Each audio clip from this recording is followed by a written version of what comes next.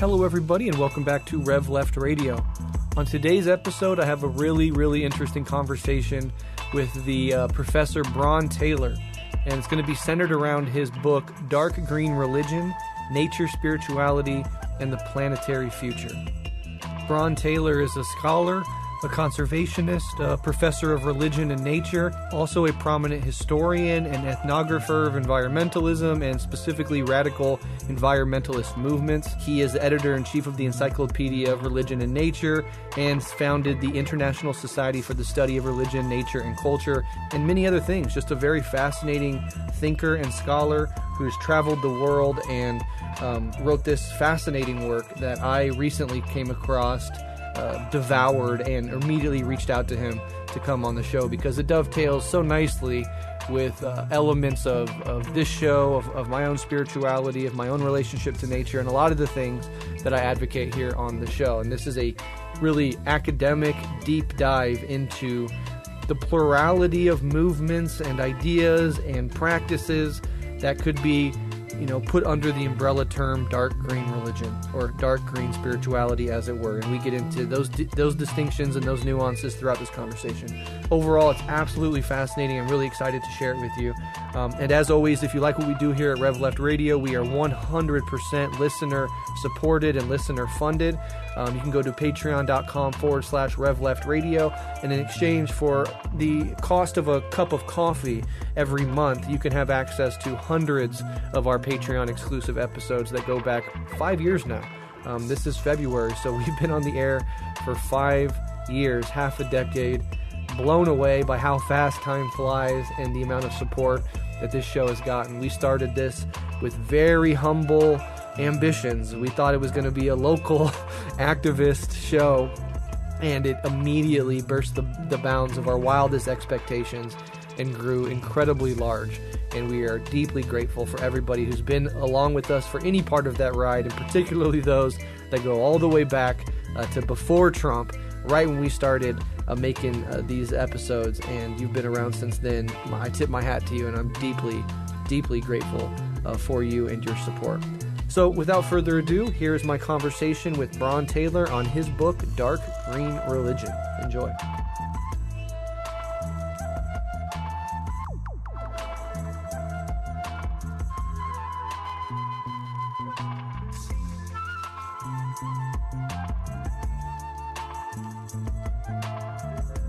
My name is Breht Taylor.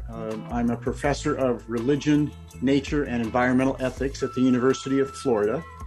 And as we'll probably get into today, I study grassroots environmental and social movements and their spiritual and ethical and political dimensions. Absolutely. And today we are talking about your book, Dark Green Religion.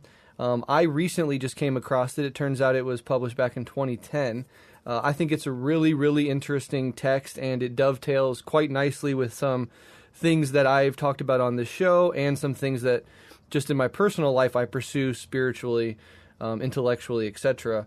So maybe for those that don't know anything about this text, can you kind of talk about why you wrote this book and sort of what you wanted to achieve with it? Yeah, absolutely. I think especially for your show, it might be good for you to get a little background on what led to the book in the first place. Sure.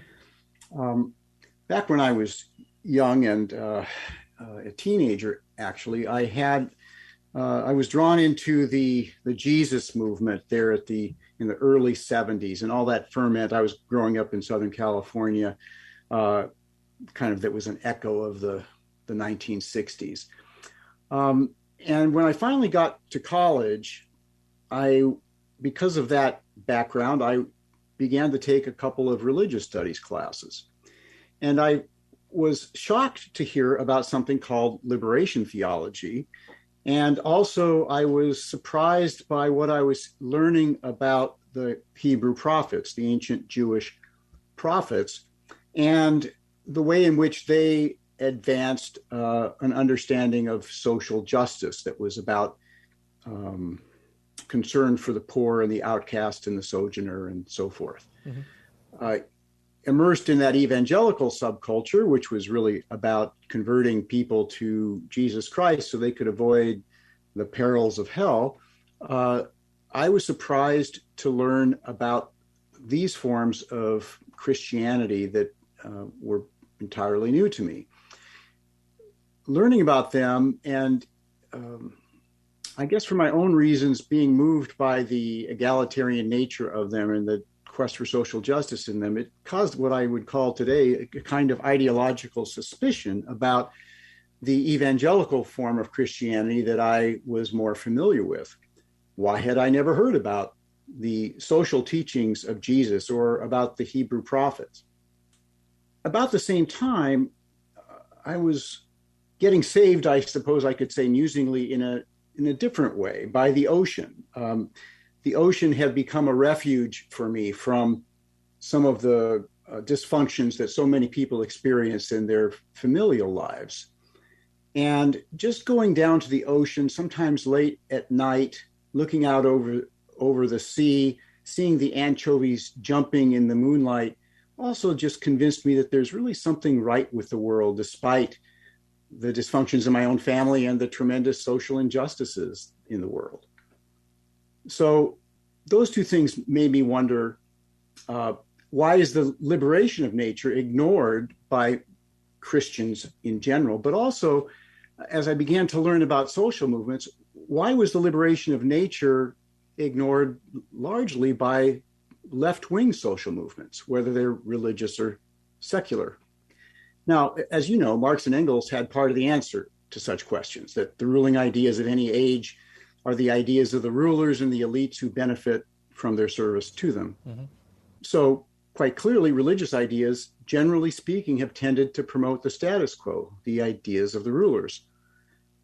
But then I also, as I began to study religion more, and the great sociologists of religion, not just Marx, but folks like Max Weber, of course, kind of challenged the Marx-Engels view by arguing that sometimes religious ideas precipitate decisive changes in socio-ecological systems that can even be, depending on your point of view, positive. So he wrote, of course, about the Protestant ethic and the spirit of capitalism, how a certain form of Protestantism that emerged largely in Switzerland originally promoted capitalism.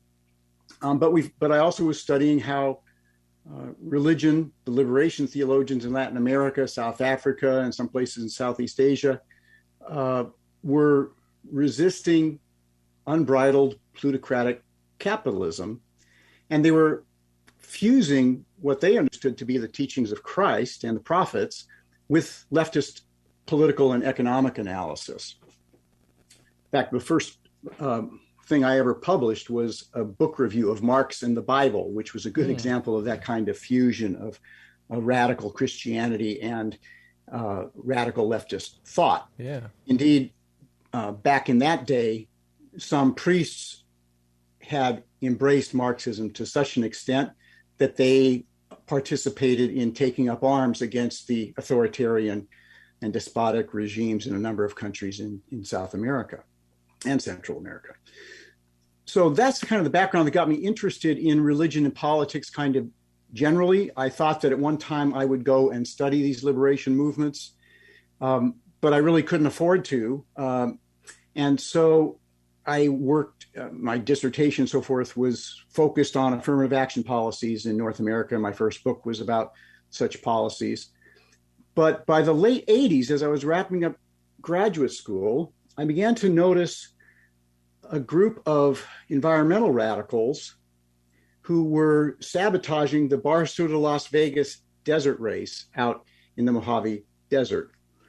They were arguing that the desert is a fragile ecosystem that has intrinsic value and that nobody had a right to just run their motor vehicles over it and destroy that and damage that ecosystem. Similarly, people were sabotaging the hunting of endangered bighorn sheep on the east side of the Sierra Nevada mountains. So I began to pay attention to these movements, and I arranged to get some of their tabloids. And as soon as I did that, I realized that there was something deeply spiritual that was animating many of those radical environmental activists. Many of them were interested in religions originating in Asia or the religious dimensions of traditional indigenous societies.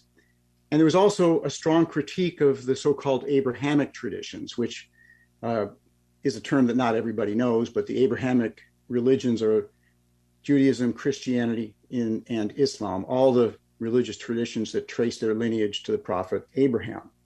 So by 1990, to my shock, I got an academic job at the University of Wisconsin-Oshkosh, and it just so happened that Dave Foreman showed up on campus that spring, or was booked to show up on campus. I had nothing to do with it, but I knew who he was. He had recently been arrested for complicity in an effort to sabotage power lines from a nuclear power plant in Arizona, and for funding other acts of ecotage in the southwestern U.S. So he was a notorious figure.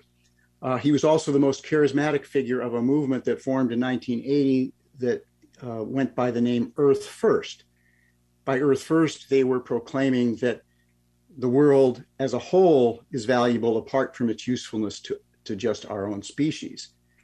So I arranged in 1990 to show him around when he came to town. I knew something about the movement by then, so I introduced him. I invited him and his feral friends to my house afterward, and I was immediately convinced that this was a really different kind of social movement, that it had the potential to really revolutionize environmental politics in North America, and that there was a deeply spiritual dimension to much of it.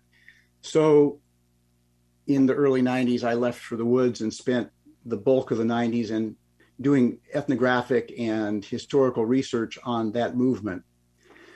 I began to see that they had very specific views toward social movements around the world. Wherever people were getting uppity on environmental issues, they saw those folks as their soulmates. These were often movements of indigenous people in the so-called global South who were defending their lands and their ecosystems and their cultures. And they sort of looked at these folks as also practitioners of the philosophy that they had adopted from the Norwegian philosopher Arne Naess, that's known as deep ecology. That's basically the idea that all life has value apart from its usefulness to human beings. And they thought that that's what was motivating a lot of these resistance movements around the world. I wasn't so sure of that, so I orchestrated a research project with a bunch of others that was published in 1995, and it was under the title Ecological Resistance Movements, the Global Emergence of Radical and Popular Environmentalism. And that was in part to test the perceptions of these North American radicals. Were they being romantic about these other movements? Were these movements actually kindred movements? The answer was complex. Many of these movements were not really animated by the same kind of deep ecological spiritualities that were more prevalent in the North American and European radical environmental movements.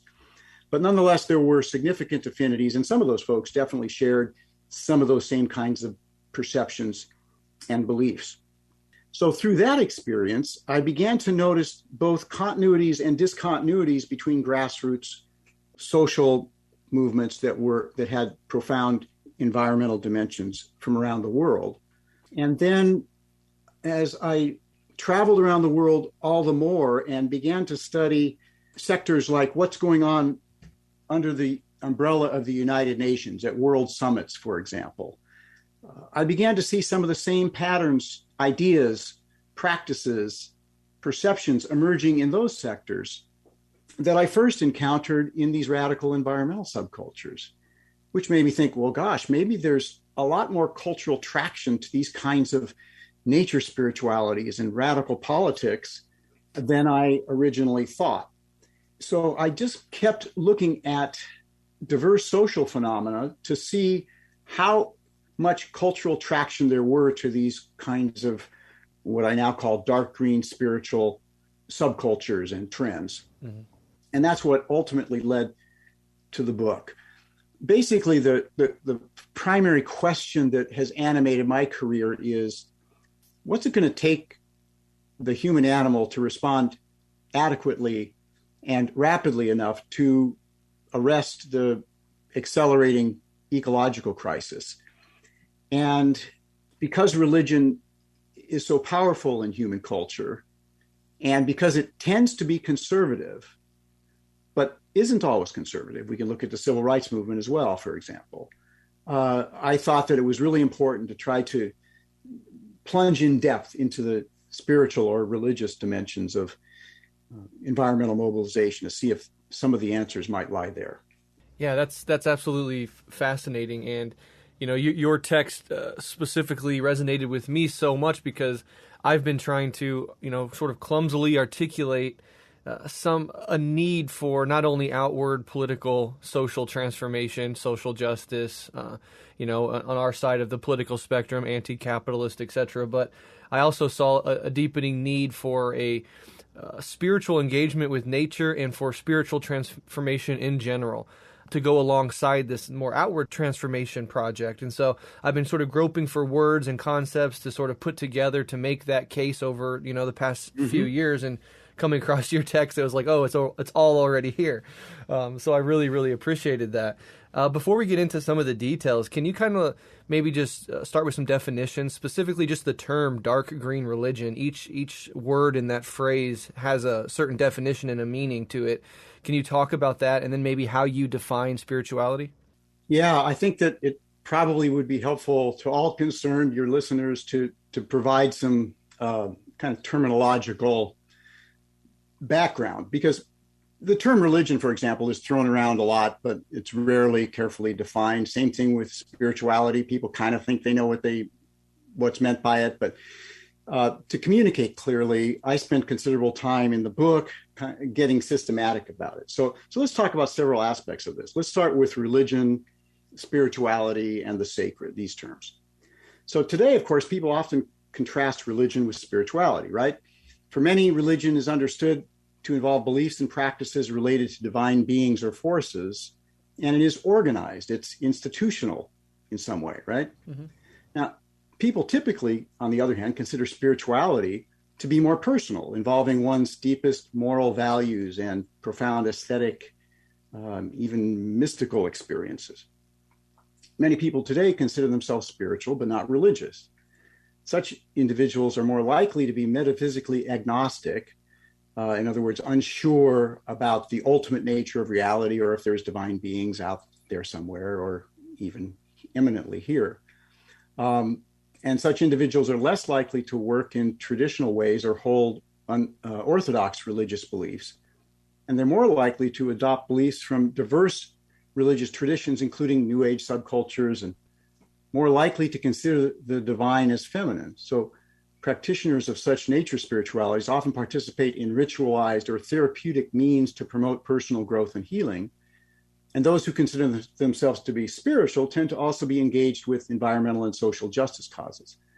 So spirituality is often seen as a quest to heal oneself and to find one's authentic self, and sometimes even to heal the earth.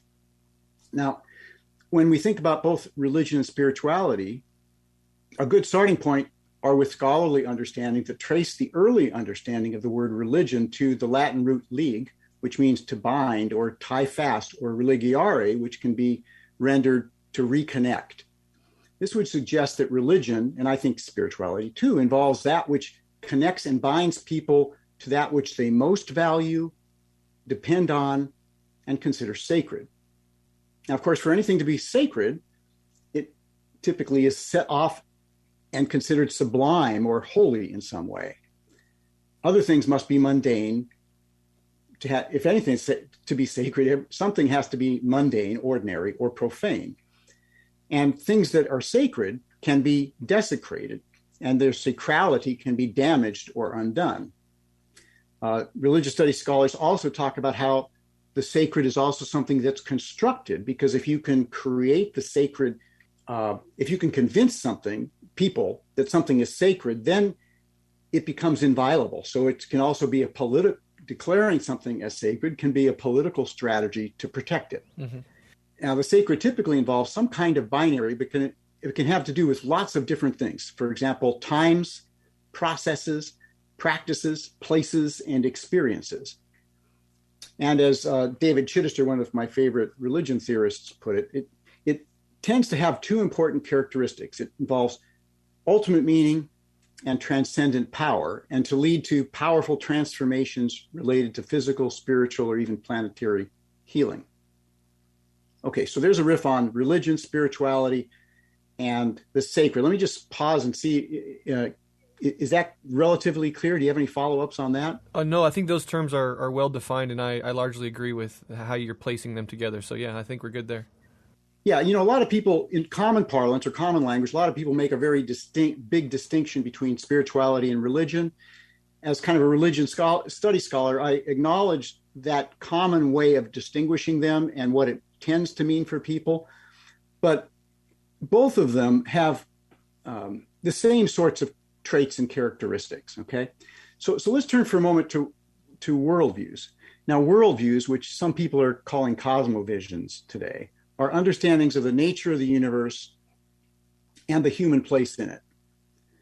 So what I call dark green religion, or variously dark green spirituality, are experiences of just such an understanding of the universe and our place in it and our responsibilities to it. So, ever since our species emerged, we've been constructing such understandings. We've been trying to figure out what's going on here. What's the nature of the universe? What's our place in it as best we can? And we've done that given the available facts to us at a particular time, place, and region, given the sometimes odd experiences, the extraordinary experiences that people have. And of course, given the many mysteries and confusions that we have just as human beings here on planet Earth. Yeah, absolutely. And the term dark green, specifically when we're talking about the dark side of it, do you kind of want to mention anything about that? Because I find that particularly interesting and helpful. Sure. Maybe this is a good time to just kind of now outline what the dark green worldview is about. Sure. And along the way, I'll explain the double meaning of the word dark. Perfect. How's that sound? Perfect. Yep. So in the book, I focused especially on the last few hundred years, since Charles Darwin wrote on the origin of species in 1859, 160 years ago. And I argued that two longstanding understandings of the world are taking on new forms, especially since Darwin penned that famous book.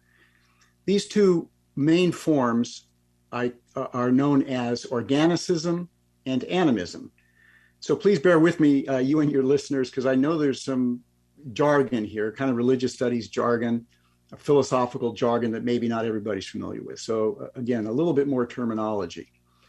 Organicism understands the world to be deeply interconnected and mutually dependent in a way that's analogous to our own bodies, right? So we're one organism, but there are many organs within us, and we now know there's many organisms within our bodies. We're symbionts, right? We can't exist without lots of other little organisms in our bodies. So without many organs and without the organisms in our bodies, we could not function. We would not be an organism. So for an organism to flourish, it has to have, it has multiple organs within it that work together, okay? So organicism basically understands the world, the biosphere, in this kind of way. So what about animism? Animism refers to perceptions that natural entities, forces, and life forms have one or more of the following: a soul or life force or spirit, personhood, an emotional life and personal intentions, consciousness, and sometimes also some special spiritual intelligence or power. In the book Dark Green Religion, I show that organicism and animism can be found widely around the world in two main forms. With organicism, and these two main forms are, on the one hand, one is more traditionally religious, and one is more naturalistic, and I'll explain those presently. So with organicism, the religious form includes the perception that the universe and the biosphere as a whole is divine. Some organicists liken this to the universe to being the body of God. With animism, the religious form involves the perception that some entities in nature or non-human organisms are themselves deities, or at least they're animated by some invisible spiritual force. So there's spirits in the trees, for example, or in the rocks, or in non-human animals. Now, with organicism, the naturalistic form is based on observations and science that understands the world as an interdependent whole.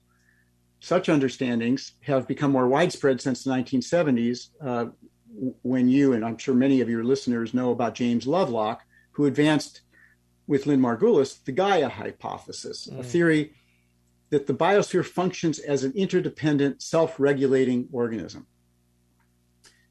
And in the book, I argue that today, Gaia, the female earth goddess in Greek mythology, has become the most popular trope, the most popular way to express an organicist worldview, right? So organicism seems to be something philosophers will recognize and talk about more, but today people are more talking about Gaia. Now, with animism, the naturalistic form is based on personal experiences and observations that people have with species other than their own, such as like with their companion animals, right? Or if they're farmers, with the domesticated animals that surround them. Or maybe just by observing wild creatures and seeing the apparent curiosities that they have toward us, just as we have toward them, or even the playfulness they sometimes seem to have with us. It's also, this kind of naturalistic animism is on the rise through evolutionary biology and ethology. Now what's ethology? Well, it's a fancy word for study of animal consciousness and behavior. And what evolutionary biology and ethology tell us today is that there's a lot more to the emotional and cognitive lives of non-human organisms than many have thought, especially perhaps in Western cultures with its particular scientific history. So with animism, people often perceive that they can communicate with or be in communion with such intelligences and life forces. And the religious forms can include belief that these intelligences and forces are divine and that people should worship or beseech them for healing or other favors. And both forms of animism promote respect for non-human organisms and entities and forces. And interestingly, they also tend to promote a felt kinship with them. And today, post-Darwin, that feeling of kinship is often kindled or promoted or enhanced by an understanding that all human beings share a common ancestor and got here through exactly the same evolutionary process that involves a struggle for existence, which tends to lead to empathy for other organisms that are in that same struggle. And Darwin himself was moved by the struggle for existence and expressed feelings of kinship with all other life forms that have been going through that. So anyway, whether religious or naturalistic, organicism tends to promote what we call ecocentric ethics. And ecocentric ethics are ethics in which the protection of whole ecosystems and the diversity of life as a whole in the biosphere is the central moral priority. So that's that's a riff on the two major types of dark green spirituality, organicist and animist, and that they tend to be naturalistic or more traditionally religious. And as the book explains, some people blend all of those in various ways. And so there's not these categories are fluid. Right. Okay. Well, the last thing that when I'm trying to lay out what dark green religion is, in addition to animism and organicism, there are certain types of ideas that I find increasingly around the world in very diverse social settings. And here's like the major, you might call them the pillars of dark green spirituality. The perception that nature is sacred, its value is not only indirect by virtue of having been divinely created. Nature itself is sacred. All living things have intrinsic value and deserve respect and reverence. For the philosophers in your group, people will recognize that here we can be Synonyms for this would be deep ecology, ecocentrism, or biocentric ethics. The notion, as I was just talking about, that all life shares a common ancestor and thus we are literally kin. We're biologically related. And it's easy to surmise from that there's moral responsibilities that come with such close relatedness. Mm-hmm. This ecology-based understanding that all life is interconnected and mutually dependent. And this typically leads to deep feelings of belonging and connection to nature, humility about the human place in the world, and an experience of awe and wonder at the beauties and mysteries of the world, and finally, a love of nature and all living things. So those are the basic ideas that are prevalent in dark green spiritualities around the world. Yeah, I love that breakdown. It's very, very interesting. I see so much of myself being reflected back to me, and especially like sort of the blurring between some of those sort of quadrants, if you will. Certainly there's like a naturalistic, organicist impulse within me, but I'll often speak about this stuff in highly religious terms, using God and nature interchangeably. And I think that my spiritual practices are definitely geared toward a felt unity with the natural world, with the cosmos as a whole. Mm-hmm. And even with my children, to sort of instill within them love of the natural world, knowing the generational fight that's ahead of us, knowing that we need to sort of instill within our children, insofar as we can, a deep love of the natural world so they become natural defenders of it. I'll often use recourse to our common ancestor and sort of blow their minds by saying, you share 33% of your DNA with that tree in our front yard or whatever. And so I find that to be a scientifically valid, but also deeply spiritually meaningful fact about the world and about our kinship with all of life, plant and animal. I do have, in my case, and I'm wondering what your thoughts are on this, or in your experience studying this stuff, if this resonates at all. In my case, my entire spiritual path, my entire sort of motivation for this stuff, mysticism, etc., started when I took a rather reckless dose of magic mushrooms at age 16, not knowing what was going to happen, not even being drunk before that. I was really like a total noob to this stuff, and my experience on those mushrooms, I've talked about it before, so I won't go into too much deep detail, but basically I fell into the grass, I looked up at the cosmos, and subject-object dualism fell completely away. It felt as if the stars were raining down into me, and it was ecstatic. And it was only very brief, and then my friends pulled me away, and my trip went badly from there. But it was that just 15-second wrenching open of my mind and my heart and the complete collapse of subject-object dualism that radically at least opened up the possibility that there's something more to consciousness and there's something more to my relation with the natural world that can be felt and can be visceral.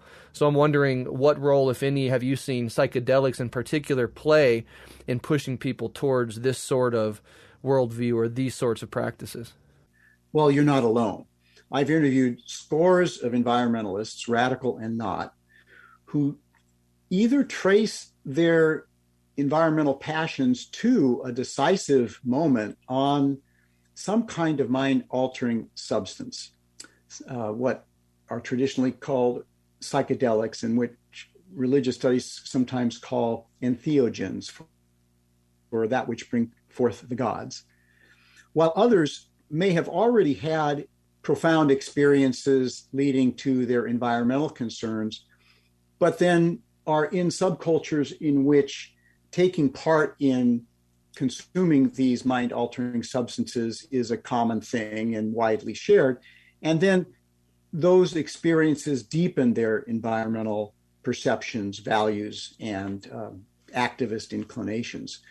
So I certainly wouldn't say that, far from it, that every dark green practitioner has had an experience on psychedelics or entheogens, but no small number of them have.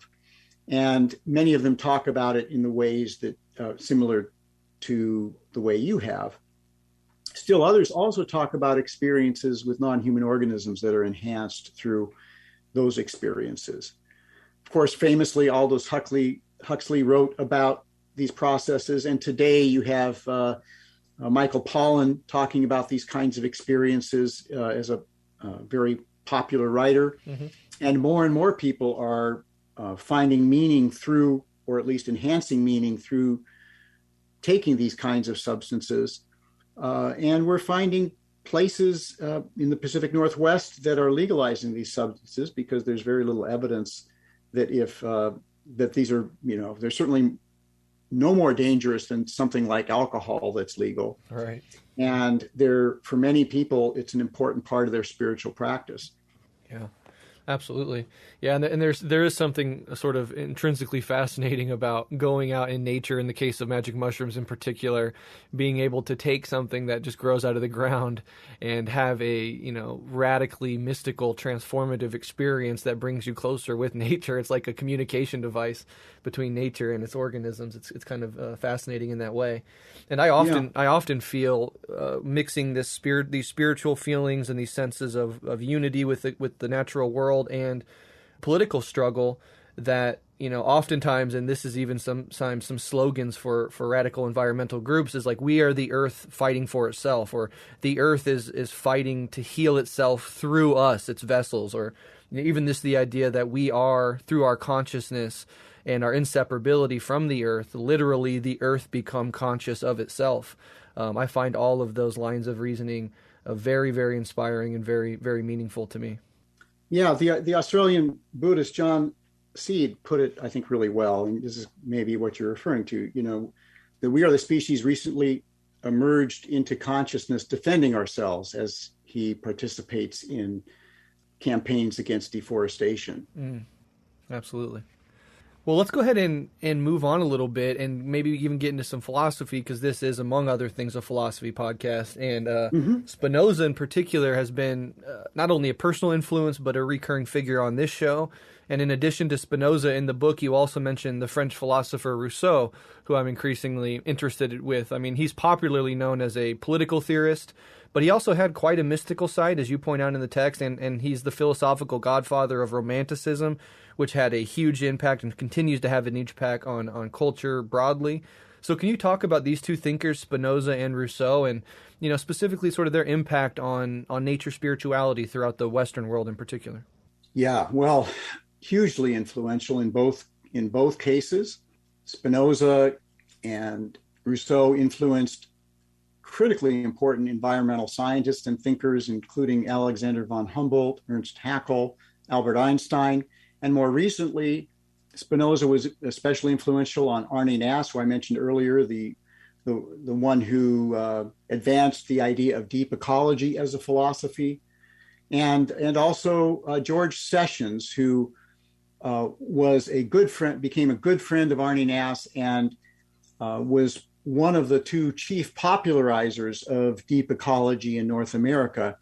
George was a philosopher. He taught at a community college in the Sierra Nevada mountains. He was an avid climber, just as was a mountain climber, as was Arne Naess.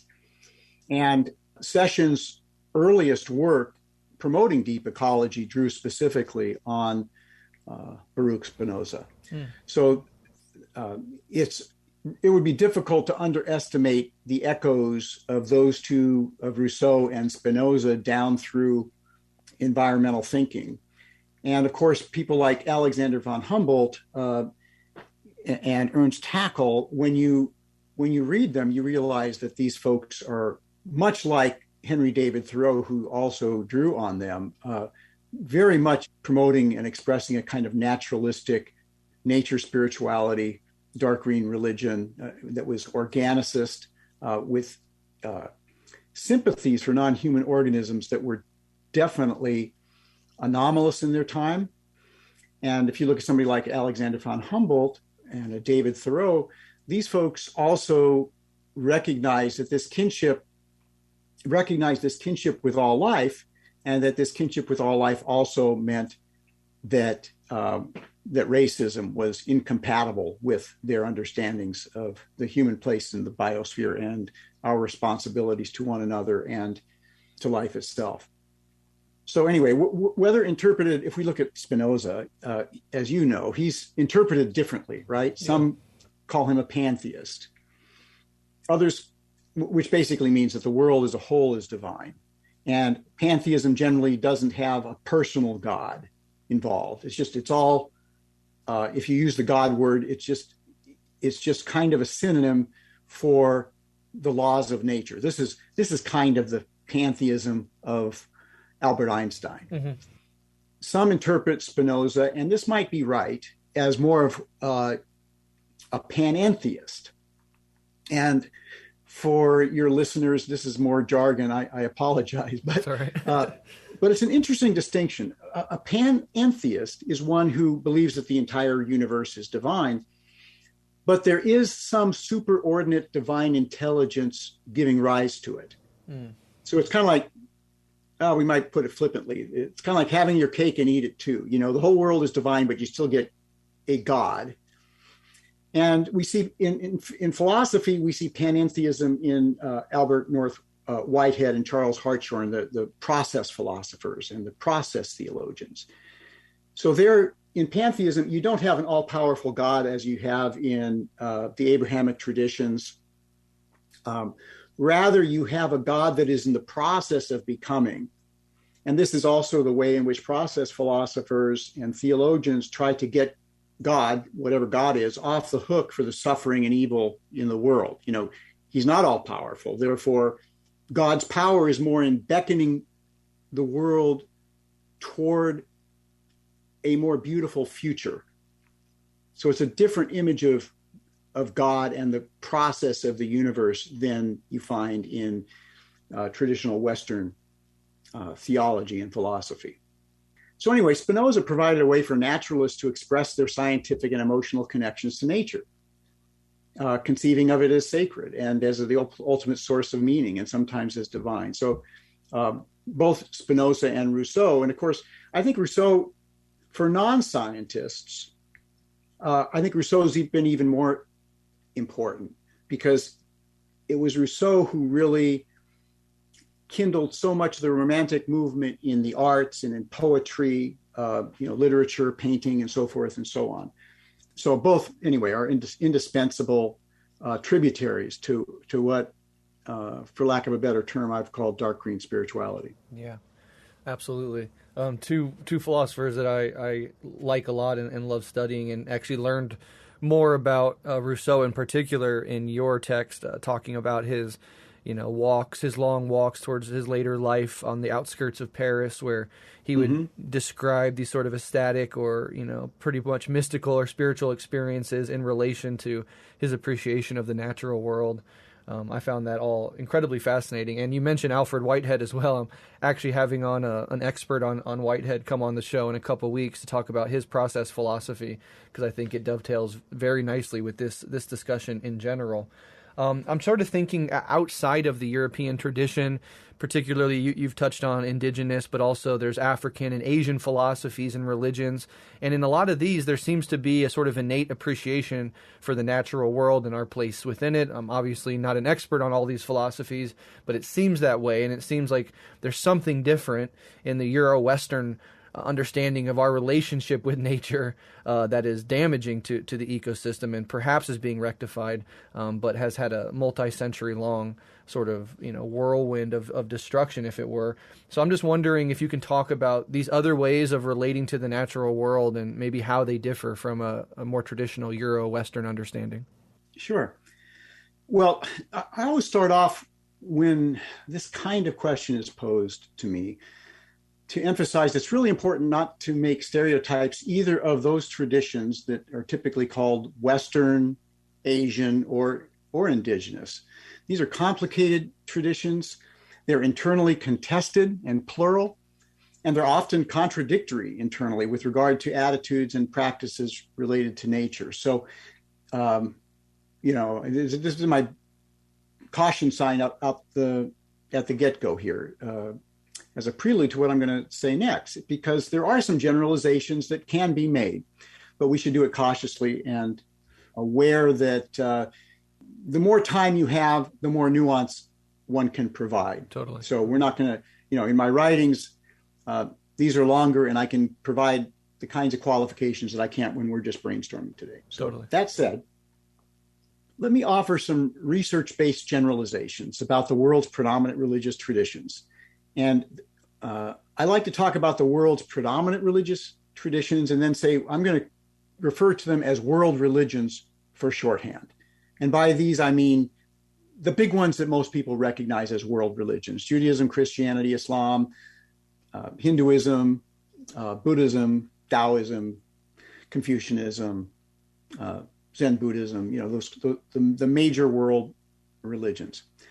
So typically, scholars who focus on religion and nature, not typically, universally, scholars who focus on religion and nature these days have to wrestle with a fellow named Lynn White. I'm curious, have you heard of Lynn White? I have not. I don't think so. Okay. So Lynn White was a historian at the University of California at Los Angeles.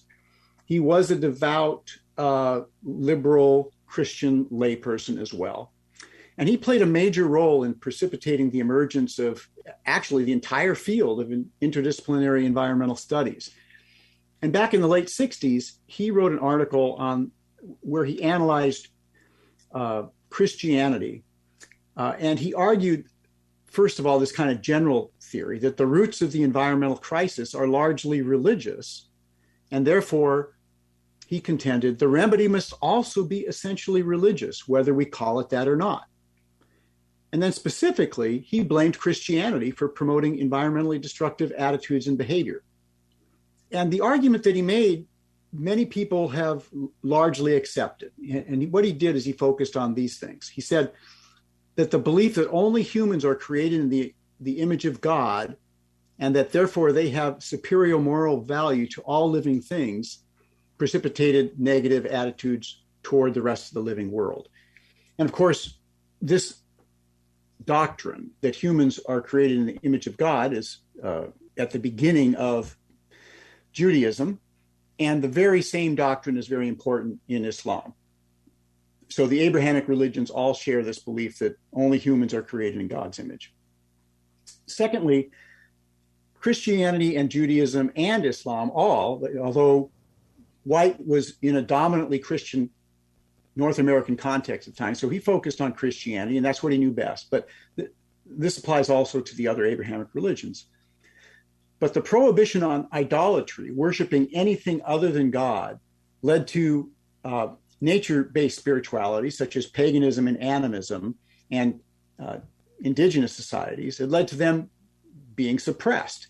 And this suppression often involved the forced conversion of people with such spiritual beliefs, as well as the destruction of sacred groves and other natural spaces that were important to them. So despite this critique of Christianity, White thought there had been and were versions of the Christian tradition, that could be used as a foundation for green Christianity. Now, here you won't be surprised, because you did a wonderful show about St. Francis, to hear that Lynn White identified St. Francis as a potential resource for Westerners and for Christians to construct a green Christianity. Now, we could also talk a little bit more, and we could nuance St. Francis a little bit more, but White, in fact, suggested that St. Francis could become the patron saint for ecologists. Mm. And then a couple decades later, Pope John Paul established St. Francis as the patron saint for, people often say for the environment, but actually St. Francis in the Catholic tradition is the patron saint for ecologists, if you take it literally. And of course, you talked about how our current Pope became the first Pope to take, although he's a Jesuit, became the first Pope to take Francis as his papal name, right? And he did that because he wanted to promote a love of nature among Christians and beyond the Christian community, and more environmentally responsible behaviors by everybody. Okay, so White not only identified St. Francis as a potential resource, he also talked about Buddhism. And he thought that Buddhism, as well as more animistic spiritualities, were more naturally eco-friendly than the inherited Western tradition.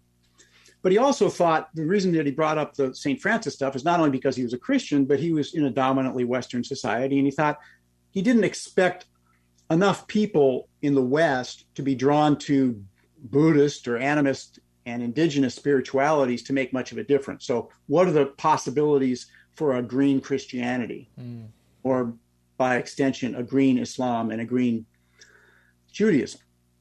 But he did have this perception that Buddhism was, and these animistic spiritualities were more naturally eco-friendly. So what was the impact of this? Well, the impact was huge. In interdisciplinary environmental studies, probably no single article, this was published in the journal Science, so it got a wide reading, has been cited more often. And many of us in this field are just so tired of Lynn White, I almost hesitate to mention him. But White's argument led to a lot of soul searching, initially and especially among Christian intellectuals, but before long among religious thinkers from the world religions.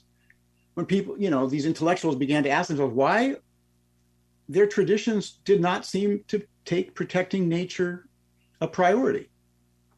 And so some within these traditions began to look for and draw out what they considered to be environmentally friendly themes, and to argue that, hey, if you understand our tradition properly, or if you reform it well, these religions can and should promote conservation.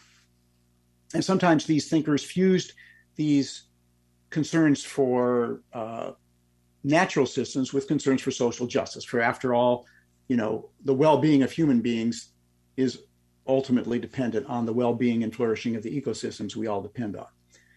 So anyway, efforts to nurture and spread green versions of these traditions have grown since Lynn White. And this has happened both internally as well as through interfaith encounters. And some of these interfaith encounters have kind of pushed people of different religious traditions, kind of pushed them further. So there's been some criticism back and forth, right? Mm-hmm. Well, your tradition seems to not promote green thinking. This part of your tradition seems to not work in the right direction, kind of thing. So anyway, I've now been researching the relationships between religion and environmental for decades. And recently I did a comprehensive review with two of my colleagues of all the kind of quantitative and ethnographic research that we could find. We reviewed over 700 studies to try to assess what's the relationship between religion and environmental behavior. Here's, I'm going to give you a little summary of this because I think this is directly related to your question. Okay. Those with profound environmental concerns within the so-called world religions remain, even today, a tiny minority. When it comes to environmental understanding and values, religiosity is typically less important than other variables, such as political ideology and education levels. And all world religions, whether they emerged in Asia or the Near East, what some people call the Middle East, have themes and dynamics that hinder understanding of how environmental systems work, as well as hinder pro-environmental values and behaviors. So that's not a very pretty picture, or pretty summary, but what am I talking about? What themes hinder environmental understanding and concern? Well, perhaps the most important one that we found in these data is that beliefs that a deity or deities control nature is one of the ideas that occlude or hinder understanding of human impacts on environmental systems. So whether nature is harmful or beneficent or is good to us, right, is often believed to be related to whether an individual or a group is properly aligned with God or the gods, and whether people are properly carrying out their religious duties. Consequently, it's just so common that in religions that to ensure a favorable environment, one must appease or please any deities that are powerful enough to influence nature. So this is why sacrifice is such a big part of the history of religion. Commonly, sacrifices of plants or animals, and sometimes human animals, are considered to be a way to please or appease some divinity. And sometimes those who are believed to be offending the deity must be converted or suppressed in some way, because if they're allowed to continue to offend the deity, the plants won't grow or there'll be other severe problems. So given such beliefs, religious people often find it difficult, if not impossible, to imagine that that negative environmental changes, including catastrophic climate change, is the result of human behaviors, unless those behaviors are of disloyalty to the deity or that violate some religious obligation. So this, you know, I can give you many examples of this. One that comes to mind, if we're not getting overly long, I'll give you a little anecdote from Kenya. Yeah, it's fine. Okay, so shortly after, about a decade ago, there was election violence that occurred in Kenya between different ethnic groups. I happened to be doing research for a couple months there on the Kenyan Greenbelt movement, a tree planting movement that was founded by Wangari Maathai, who eventually won the Nobel Peace Prize for that work. And I was way out in the bush, and I was listening to radio preachers talking about the severe drought that was unfolding out there. And these religious radio preachers were saying that the drought is because God is displeased with the post-election violence that occurred and the theft that occurred. So if you want the drought to go away, the preacher said, you must reconcile with your neighbors. If you damaged their homes, you must help them rebuild. If you stole their animals, you must return them. And then the crops, you know, God will bring back favor on you. Now, of course, on the one hand, that's a beautiful message of reconciliation. Mm-hmm. On the other hand, it doesn't help the people in that region to understand what they're up against with regard to climate change and how they need to recognize that this is not something that's going to go away if they reconcile with their neighbor, but it's a long-term trend to which they must figure out how to adapt to an increasingly arid environment. And I was there and I saw how the grasses were stressed and how the animals were dying. And I talked to Maasai people, and they were in a world of hurt because of the desiccation of their soils, the drying up of their soils, and, you know, less grassland for all the animals and so forth. So that's just one example. Mm-hmm. But the ethnographic and historical research provides many, many others. That's just one that I happen to experience directly. Anyway, this gives you an idea why religious people often find it impossible to understand environmental systems and the way they are kind of independent, at least from a scientific perspective, of how people orient themselves to a God. Now, of course, you know, maybe the traditionally religious people are right, but for those who are more scientifically inclined, like I am, you know, I find it frustrating if people can't understand what they're up against because the religious ideas are in the way. Right. Now, the second thing that's common in the world religions in their mainstreams is that, and this kind of works against some of the stereotypes about Asian religions, is that they're all deeply anthropocentric in their own ways. They promote the notions that humans are exceptional, and with few exceptions, they assume that humans are of greater moral value than other life forms. So for the Abrahamic religions, it's only humans that are created in God's image, and they're to be regents, you know, or stewards over all other life. That's the beneficent, that's the more friendly, eco-friendly possible version, right? Mm-hmm. And for the Dharma traditions, those originating in the Indian subcontinent, human beings have achieved the highest spiritual pinnacle short only of enlightenment. And this perception of superiority, I think, erodes identification with and thus empathy for other species. Now, we could debate that, but I think that's fairly clear from the data.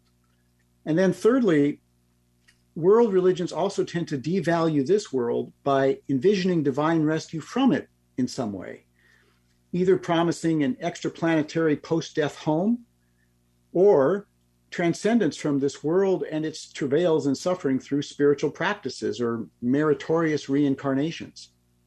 So, in my view, it's important to recognize that there are themes in the world religions that can be and are being used to promote environmental values and behavior, and to analyze the extent to which such ideas are being embraced. But there are also strong barriers to that kind of approach. Yeah, I think that's very fair and a balanced view of the pros and the cons, the possibilities and the pitfalls. Certainly when you're talking to, let's say, like a reactionary Abrahamic religious person, like a white evangelical, reactionary here in the U.S. and talking about something like climate change. I mean, they could either just outright deny that it's a problem, or because they believe that God is controlling of everything, that ultimately God will either end the world or set it straight or whatever, but humans have very little part to play in that, and so it can lead to just be like, we don't even believe in climate change, it's not even real, or even if it is, there's nothing we can do or nothing we should do, etc. There's Right. also another reactionary posture, and I think it was even articulated by a figure like bin Laden, where there's like a very conservative Islamist perspective that is actually criticizing capitalism for its denigration and destruction of Allah's creation.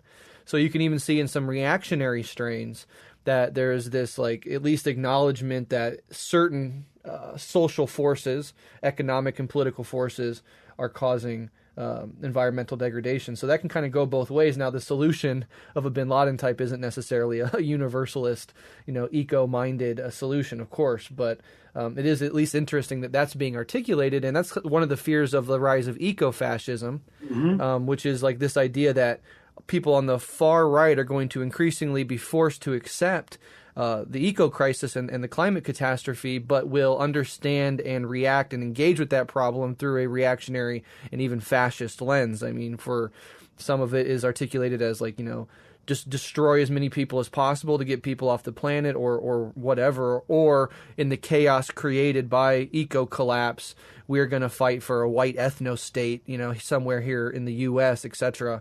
So those are all threats. I'm wondering if you have any thoughts on any of that. Yeah, I sure do. Well, first of all, you've identified apocalypticism as an important aspect of what we're talking about. And White didn't talk about apocalypticism, but apocalypse, for those unfamiliar with the term, the jargon here, it's basically understandings about the end of the world. The world as we know it is going to end, and there can be completely secular apocalypticisms, and there are, of course, religious apocalypticisms. After Lynn White wrote that book, Christianity in North America and around the world, conservative Christianity has become increasingly apocalyptic, its theology much more so.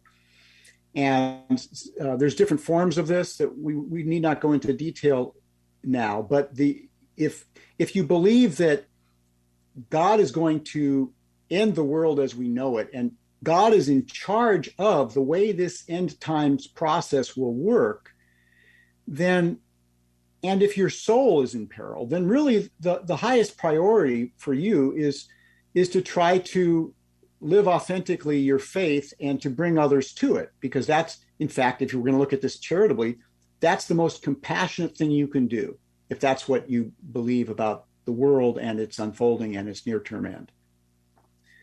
Now, you're right that bin Laden and actually lots of other Muslims who are trying to draw out the environmentally friendly dimensions to their tradition, they've got their favorite passages, and they point to passages about how human misbehavior has led to corruption, which leads to God withdrawing favorable environmental conditions. So they're using that idea to argue that if people get themselves right with God, the environment will be better.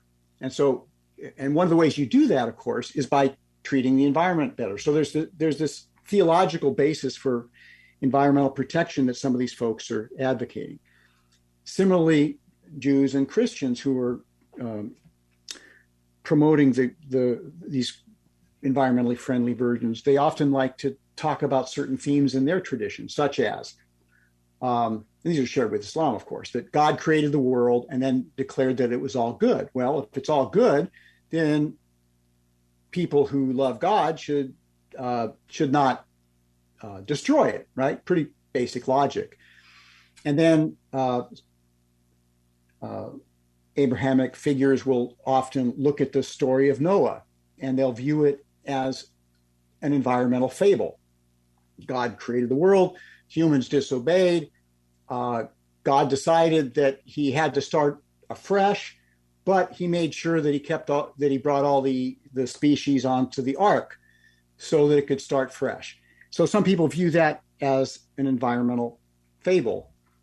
I don't. I view it as an environmental horror story, right, where God decided to destroy countless organisms and ecosystems because of the disobedience, in his view, of one species.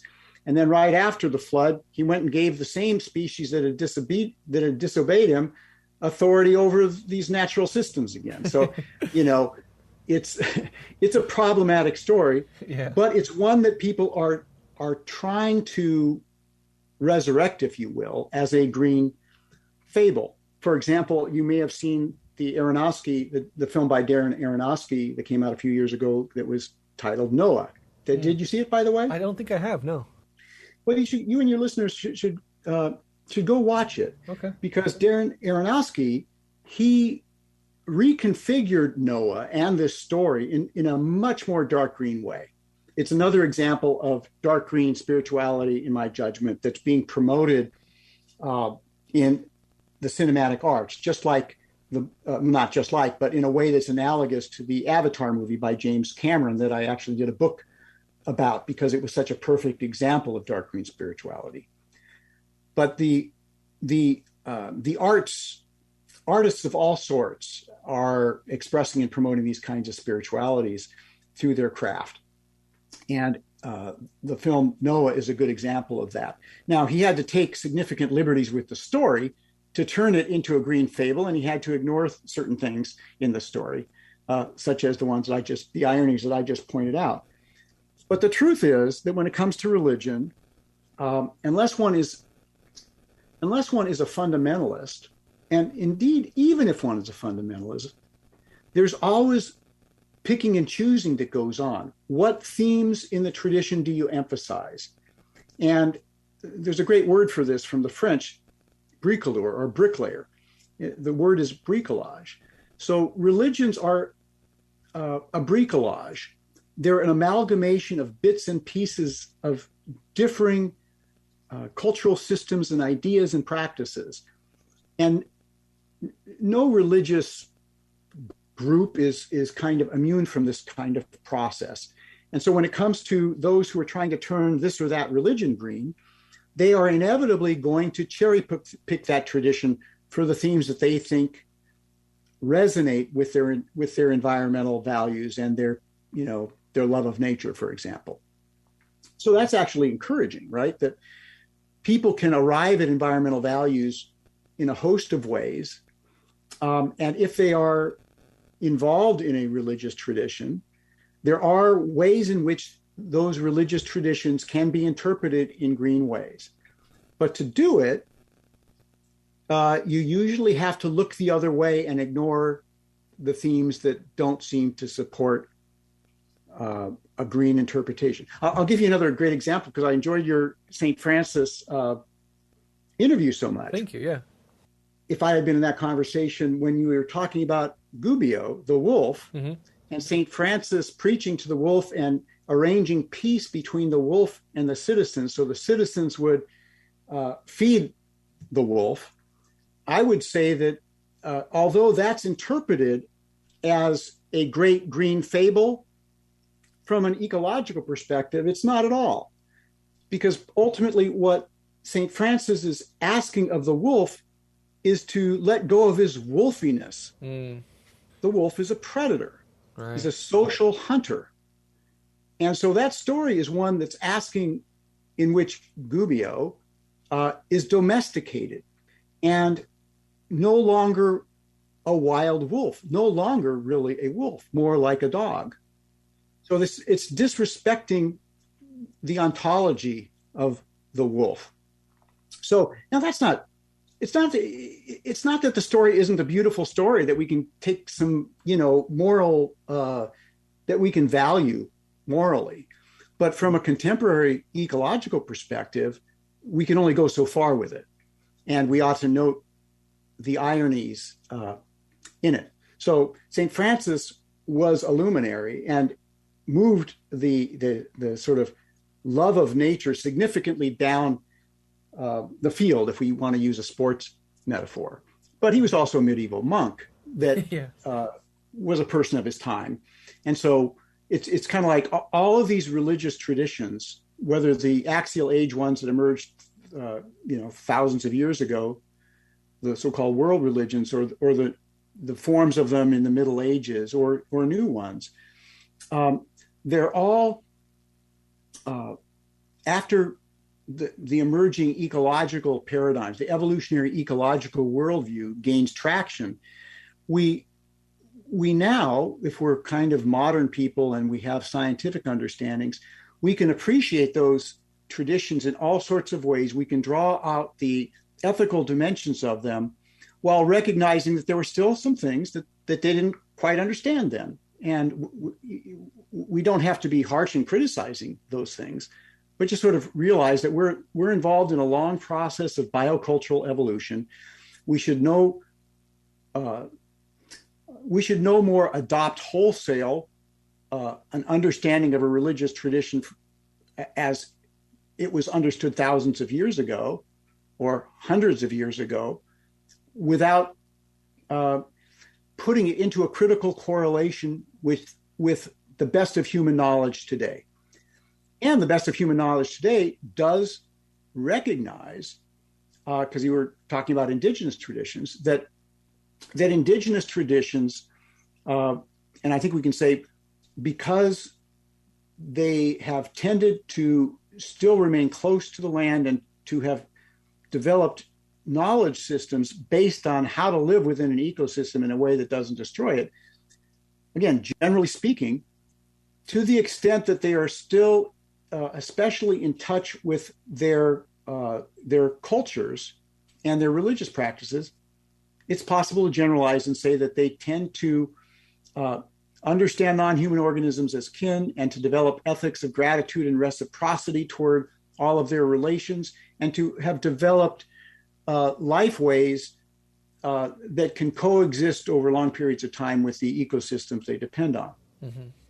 Yeah, I find all of that incredibly fascinating. There's this interesting little dynamic too with colonialism and the indigenous struggle, which is like colonialism has sort of been part and parcel with a sort of fundamental feeling of separateness between the colonizer and the colonized, the colonizer and the natural world. And after centuries of colonialism bringing us to the brink of this eco-catastrophe, as well as with other variables, obviously playing into it as well, you see this emergence of indigenous struggles all across the globe as being on the front line of the fight against, eco-crisis and climate change in particular, saving land, saving, defending water, etc. And so that I don't want to call it a reemergence necessarily, but a more acute emergence of this force is I think very interesting. And historically, it's like trying to put us back on the right path after centuries of colonialism and brutalizing the natural world and each other, which humans are part of the natural world. And if you feel fundamentally separate from the natural world, it doesn't take much to feel fundamentally separate from the other, to dehumanize them, to invent racism, to justify colonial destruction through narratives of racism and inferiority and savagery, etc.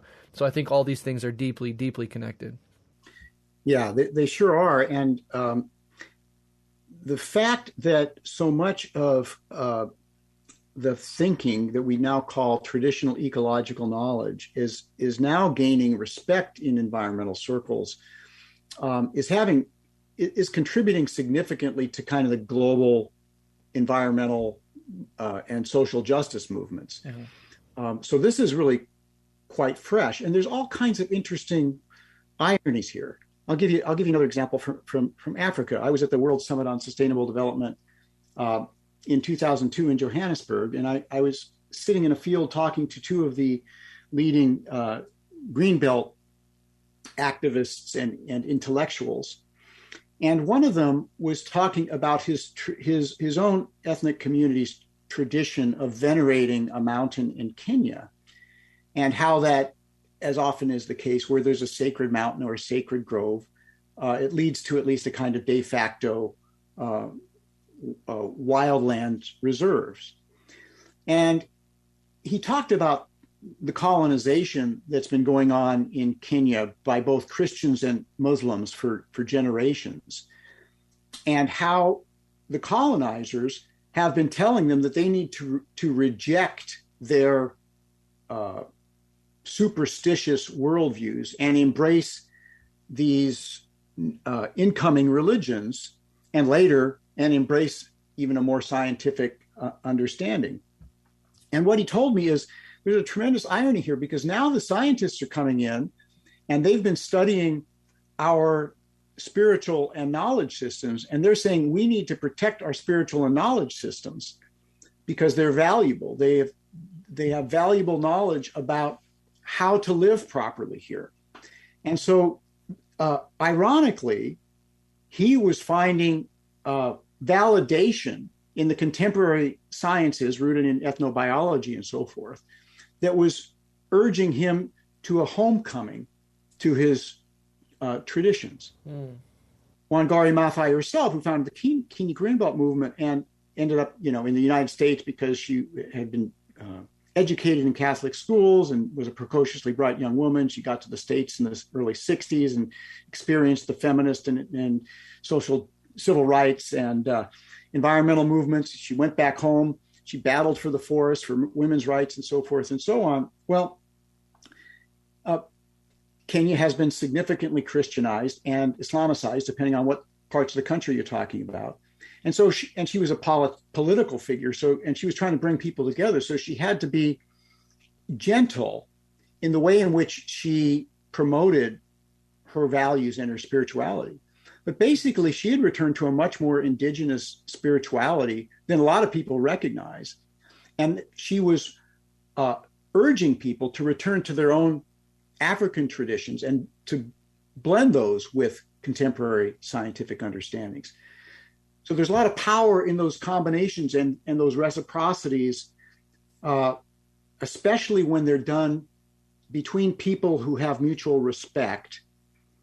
And that's not easy because we're all people of our culture, and these relationships between indigenous people and their allies are often fragile.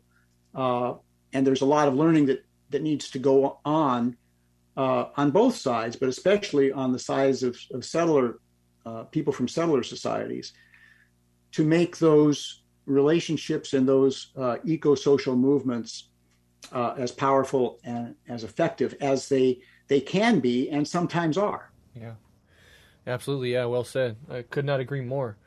I have just a couple more questions. I do want to be respectful of your time and, respectful of your work overall. So just a few more questions for you, because I really am loving this conversation. And I want to focus here on political struggle, because interestingly, you include political environmentalist movements, even ones that are not outwardly or even self-consciously overly spiritual or religious, as participating in a sort of dark green religion of its own. And for me, a real nature spirituality of any sort seems to organically give rise to an impulse to defend the natural world, to defend the integrity of the biosphere, etc. So can you kind of talk about the role that environmentalism plays here and the role of political struggle in general? That's opening a lot of huge question. things we could talk about, right? Okay. So a part of what I argue in the book and elsewhere is that over the last 160 years,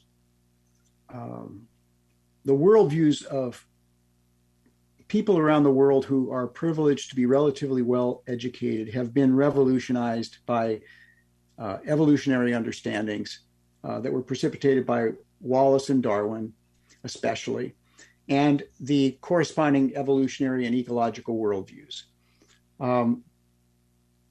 Those spiritualities have been expressed and promoted in a host of ways by very diverse social actors. We mentioned artists. We could talk about museum, and I write, as you know, about museum curators and movie makers, filmmakers, photographers, dancers, and so forth. People are expressing and promoting their deep feelings of belonging and connection to nature in all sorts of ways.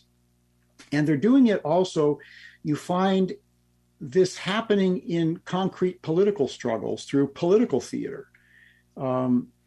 through protests where people dress up as non-human organisms who are, and they'll do performative acts that are resisting the forces of extraction and destruction as they see it. We also see in international sectors, such as the United Nations, and one of the things that I've been very interested in is the role of the United Nations and their environmental summits. I've been involved in the intergovernmental panel on biodiversity and ecosystem services and the reports that they've been writing. And what you see there is this effort to kind of promote the sorts of pro-environmental values and spiritualities that are associated with profound environmental concerns and pro-environmental practices. So even in a venue like that, we see increasing efforts to pay more attention to the spiritual and value dimensions. And interestingly, if we look at something like the Earth Charter, which was officially suggested in 1990 at the Earth Summit in Rio and was pitched to the delegates of the World Summit on Sustainable Development in 2002, that's a deeply spiritual document. And in some ways, the most profoundly animistic dimensions of it were there because of the advocacy for them by indigenous people. And this is an important document that was developed by the leaders of a wide variety of grassroots movements around the world. So that's a very plural document. It reflects what the political theorist Dan Dewdney cleverly termed terrapolitan earth religion. So what's that? Or he also talks about terrapolitan earth civilization. Now, Dan and I became acquainted in the early 90s because we were both interested in the ways in which contemporary nature spiritualities in social movements were unfolding and appeared to hold significant political promise. And as a theorist of international institutions, Dewdney argued that what we needed was a kind of nature spirituality that provides the emotional infrastructure for spiritualities of belonging and connection to nature, upon which constitutional reforms and international treaties could be rooted. That's asking a lot, right? Mm-hmm. And you might think, well, that's kind of fanciful. And as someone who's, can be pretty cynical myself, I can understand how somebody said, well, that's a stretch. But let's think about that for a minute. A little more than a decade ago, both Bolivia and Ecuador revised or created new constitutions that enshrined the rights of nature. And these constitutions they told ordinary citizens and actors in civil society, business, and governmental actors that they had a responsibility to protect nature. And the courts could be a way to pursue that. That's earth-shattering. But it's also a reflection of thinking that began in the early 70s when Christopher Stone wrote a famous law review article and turned it into a book called Should Trees Have Standing? So the idea that non-human entities have value apart from their usefulness to us, that they have a right to their own existence and their own evolutionary unfolding, that kind of idea has been spreading around the world and gaining cultural traction. That's a key part of what I call dark green spirituality. And now we see in New Zealand rivers being protected because and considered to be persons, largely because of the activism of indigenous people there. Similarly, places are being kind of reconsecrated, remade sacred as people return to their traditions in other places of the world and advocate for them to be protected intrinsically. Okay, so what are we to make of that? I don't know if you've ever heard of the theory of civil religion. Does that ring a bell? Vaguely, but yeah, I couldn't explain it. Okay, most people can't. We're kind of into religious studies nerddom here, so let me give you a little bit of a primer. Yeah. So the theory of civil religion, and it's very robust, is that in Japan, this is where a sociologist named Robert Bellah first advanced the idea of studying Japan, and then he turned his attention to his home country, America. So let's focus on America for a second. The theory of civil religion suggests that there's a kind of a glue to American society that considers our nation to have a special place in human history. Oftentimes, the story of America is that we are the kind of new promised land, right? The Atlantic is like the Red Sea, where people who were oppressed left Europe to establish a new city shining on a hill, Philadelphia, right? The city of love. And just like Abraham and his people were supposed to be a light to all nations in the Hebrew Bible, the Old Testament, as Christians call it, so America is to be a light shining on a hill to all people. Now, what Bellah did is he went back and he looked at presidential speeches, and he noticed that presidential speeches and other political thought often would refer to God in a kind of generic sense. I mean, it wouldn't say, our Lord Jesus Christ or something like that, but just sort of providing a kind of generic appeal to God and to people's loyalty to God as kind of akin to the value of the republic. These are related, right?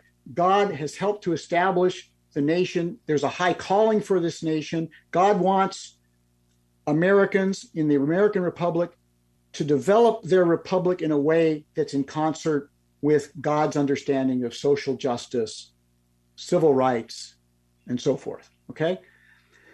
And then you can also analyze, you can look at, there's all sorts of ways to look at the way in which civil religion is taught to the American people, has been taught to the American people. Look at the monuments to the saints of the patriotic religion. We could call it religious nationalism, right? Right. Washington, Lincoln Memorial, Jefferson, so forth. And so despite the kind of rethinking about some of these figures, because they often did not live in concert with their own ideals, Martin King came along and recognized that, right? Yeah. But Martin King didn't say, let's just reject everything about the American Republic experiment. He said, we need to call the American people back to what their true calling has been, which is to create justice here on earth, right?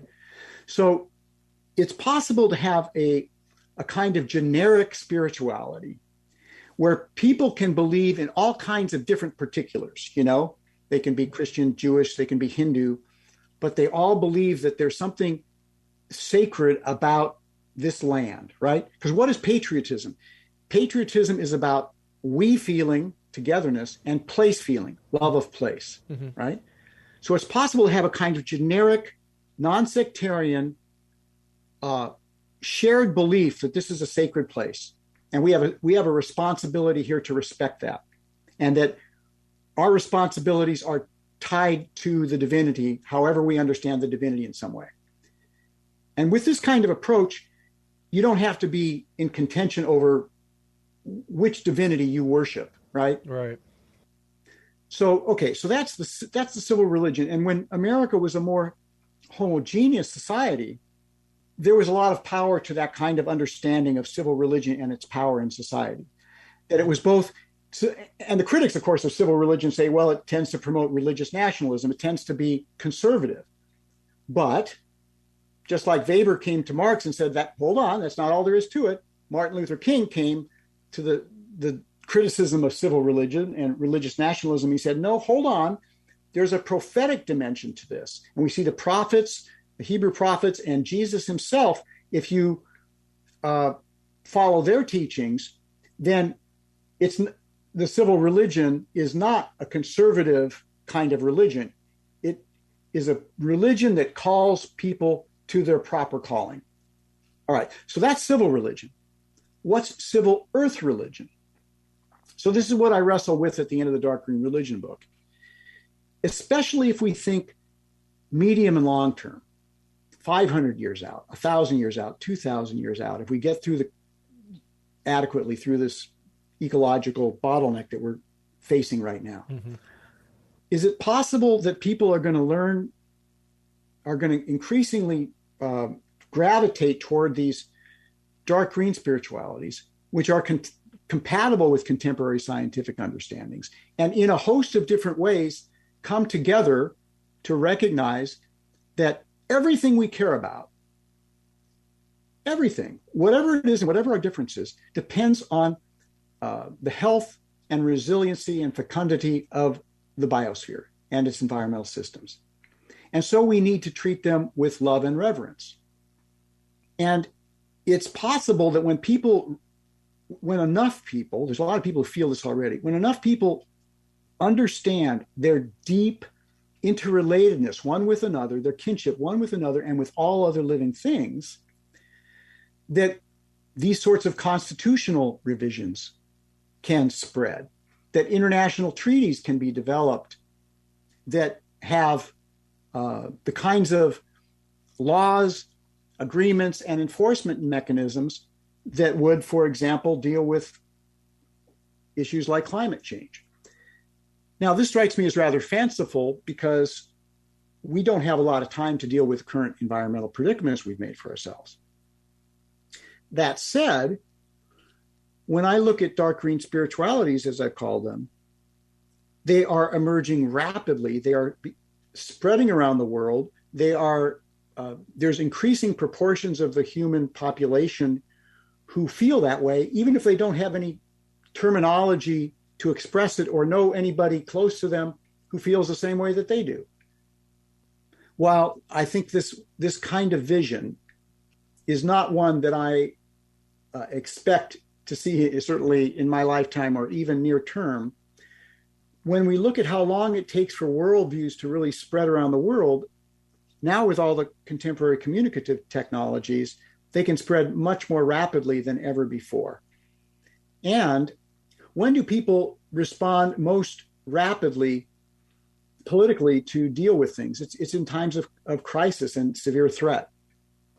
Exactly. And people are increasingly realizing that that's the kind of situation we're in. So we see new movements like, Extinction Rebellion and so forth, which is really another form of radical environmentalism that was birthed in the States in the 1980s and spread to the UK shortly after that and elsewhere. Yeah.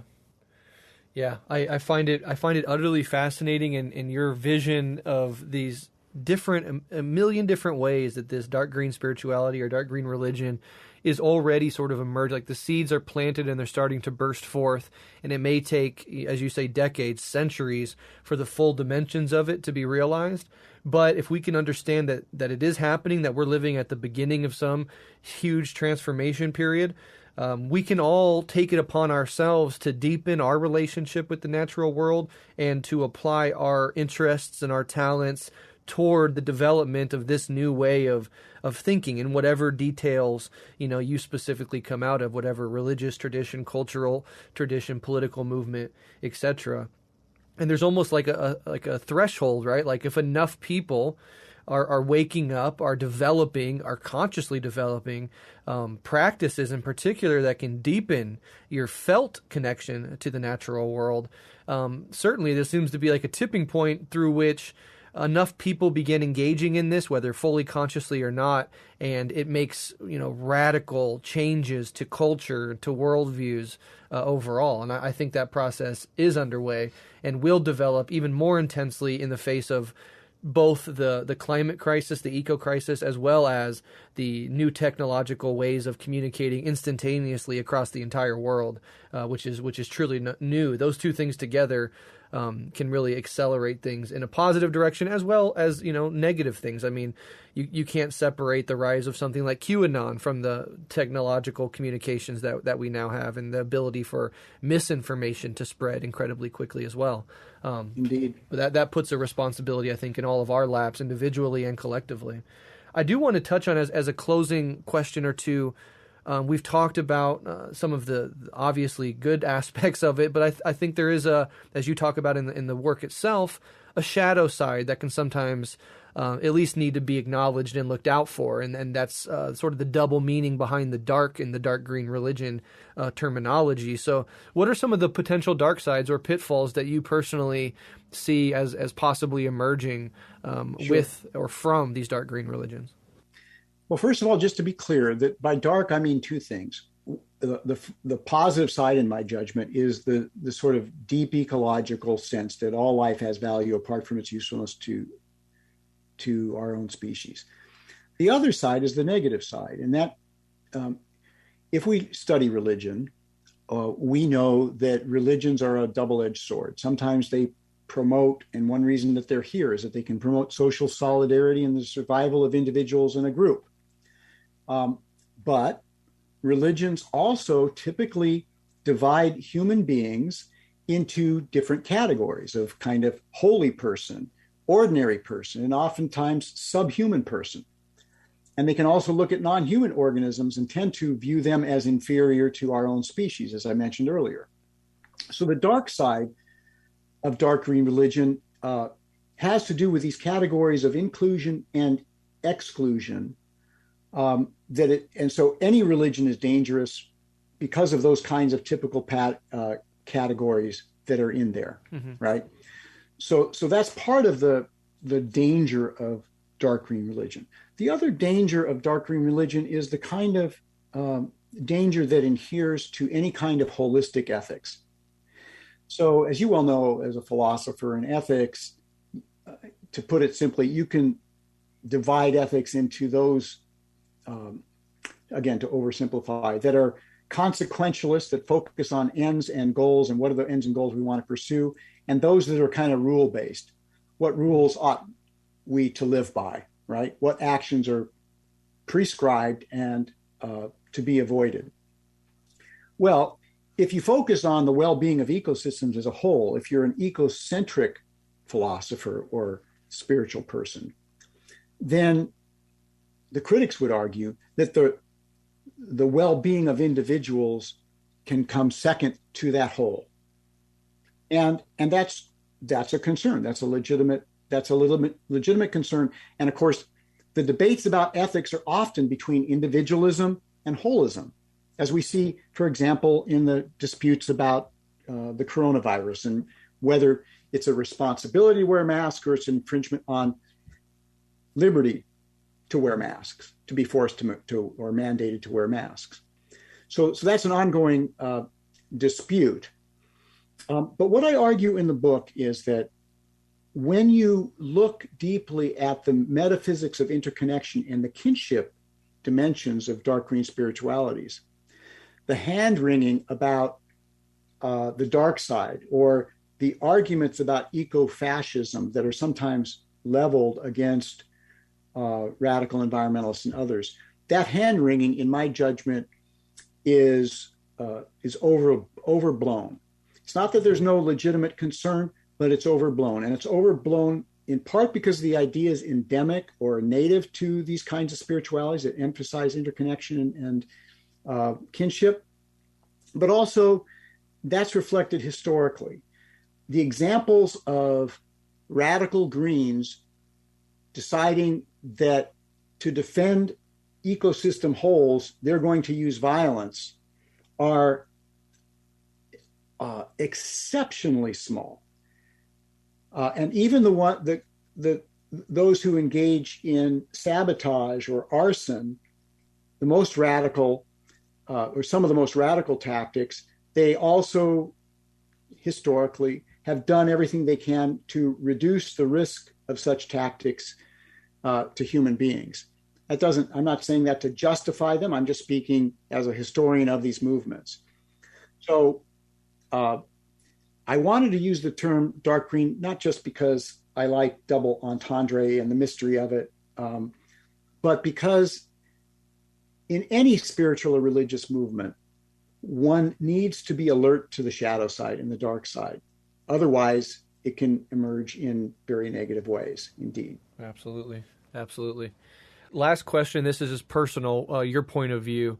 sort of studying the roots of this and the historical development of this over so many, decades and centuries as your study does. Where do you personally see this going and developing, particularly in the next few decades to even maybe a century out? And are you more or less optimistic, specifically with regards to our ability to overcome the climate crisis in particular? In 1972, a group of precocious MIT scholars, most of them were postdocs, did research that they published as under the title "The Limits to Growth." This is a famous study now. In it, they predicted that that during this century, and certainly by the middle of this century that we're currently in, if we didn't dramatically change course, there would be widespread collapse of environmental systems and the social systems that depend on them.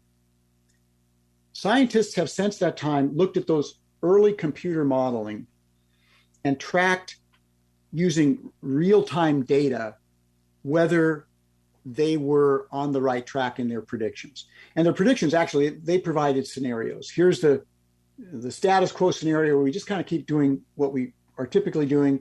There was a intense sustainable technology scenario, and there was a intense technological advance plus reduction of human consumers and consumption track. Okay, more or less, we've continued along the status quo line. We've been doing a few little things in the last few years to reduce the amount of carbon that's going into the atmosphere, but basically, the data suggests that this was an exceptionally prescient, this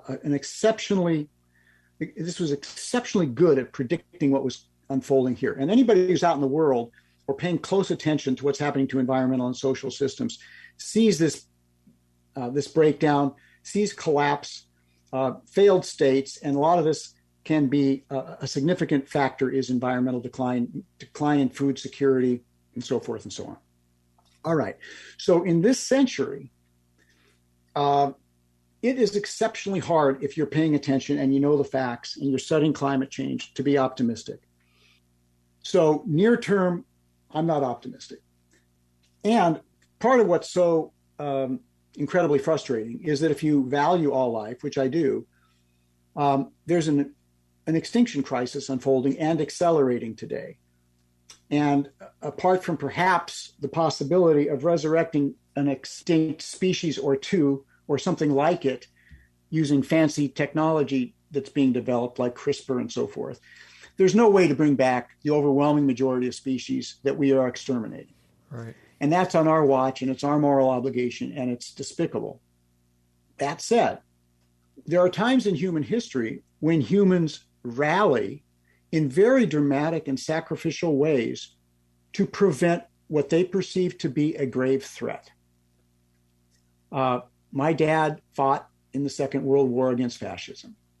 He was one of the first people at Dachau liberating that concentration camp. And he took pictures of that place. The defeat of fascism took a tremendous commitment of money, energy, and mobilization. I don't think that kind of commitment was greater than what the world could mobilize to defeat the worst of the climate disruption that is currently unfolding and still accelerating. But we have to treat it like the threat that it is. And some people understand the threat that it is, including some very important politicians and scores of grassroots people around the world, and increasingly so.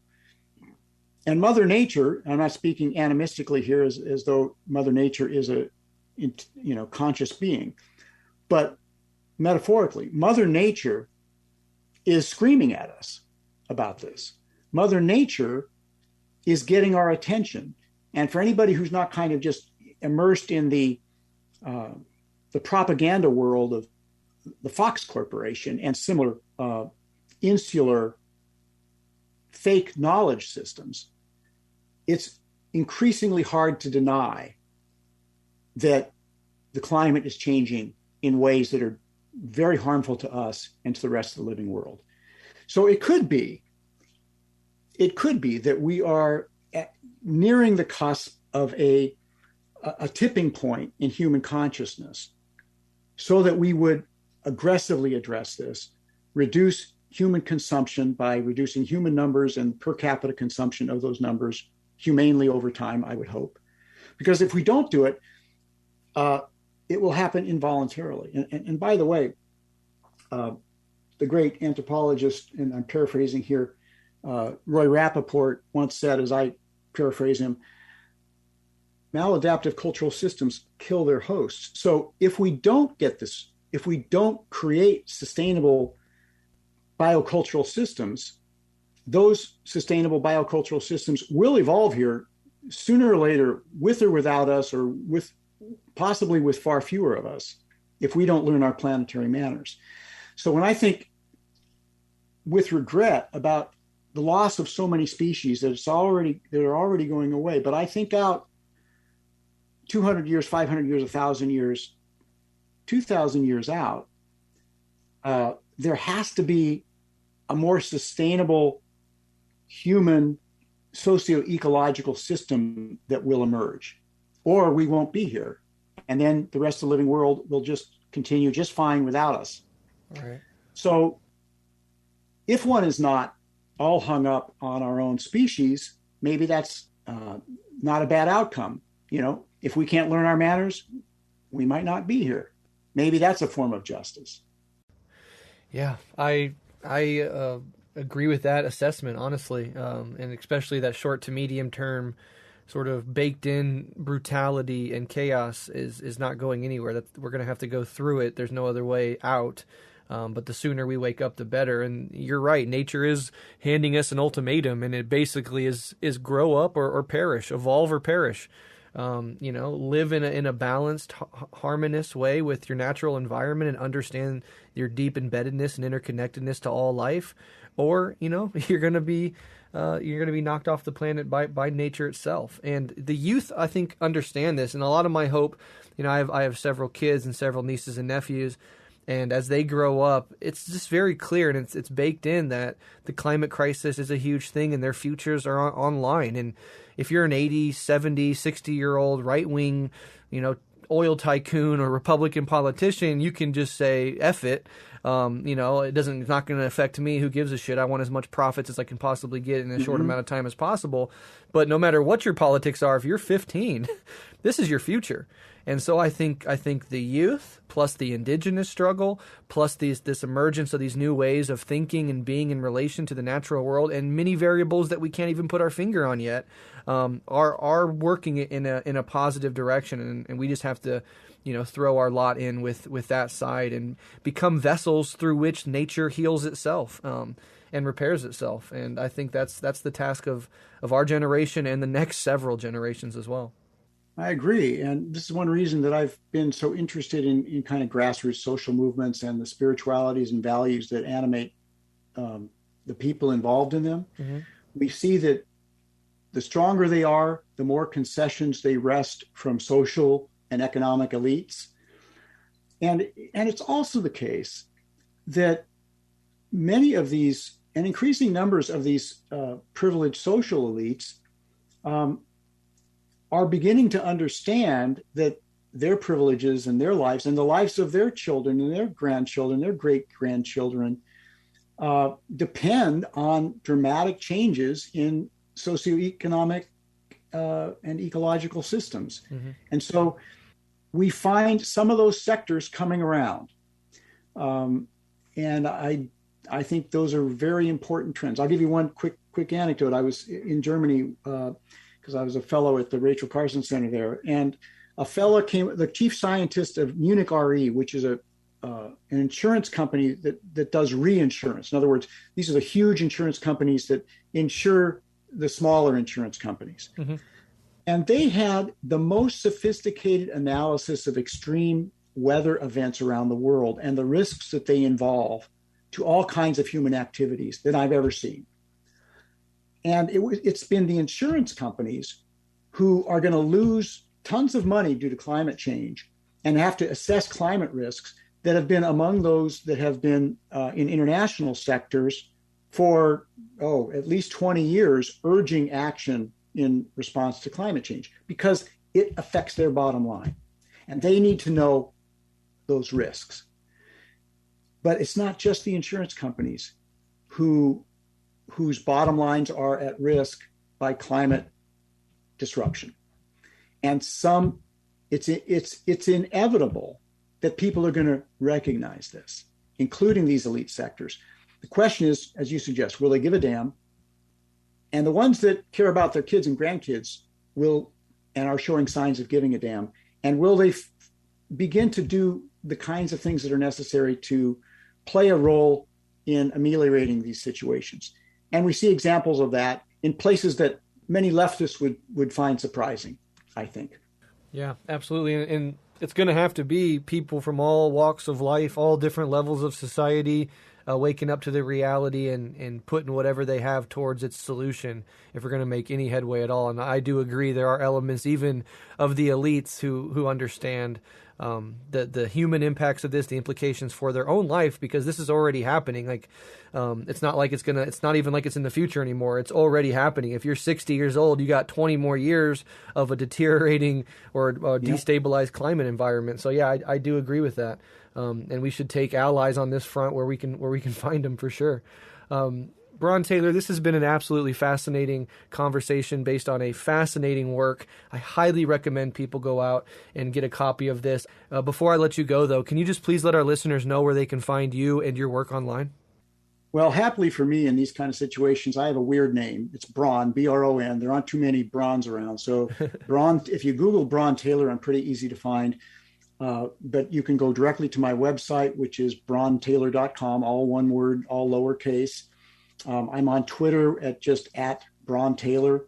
And I've started to put some lectures and ruminations up on YouTube. So nice. Please feel free to give me a shout if you have questions and your listeners. And I do my best to respond, not always quickly. And sometimes I need somebody to write me more than once. But I welcome inquiries from folks like you and your listeners. Perfect. Yeah, I'll link to as much of that in the show notes as possible so people can find you as easily as possible. And yeah, keep up the important work that you're doing. I really appreciate it. And thank you so much for coming on today. Well, thanks for inviting me to the show. It's a fascinating show that you've got working there. And I know that a lot of people value it greatly. So keep it up. Persevere.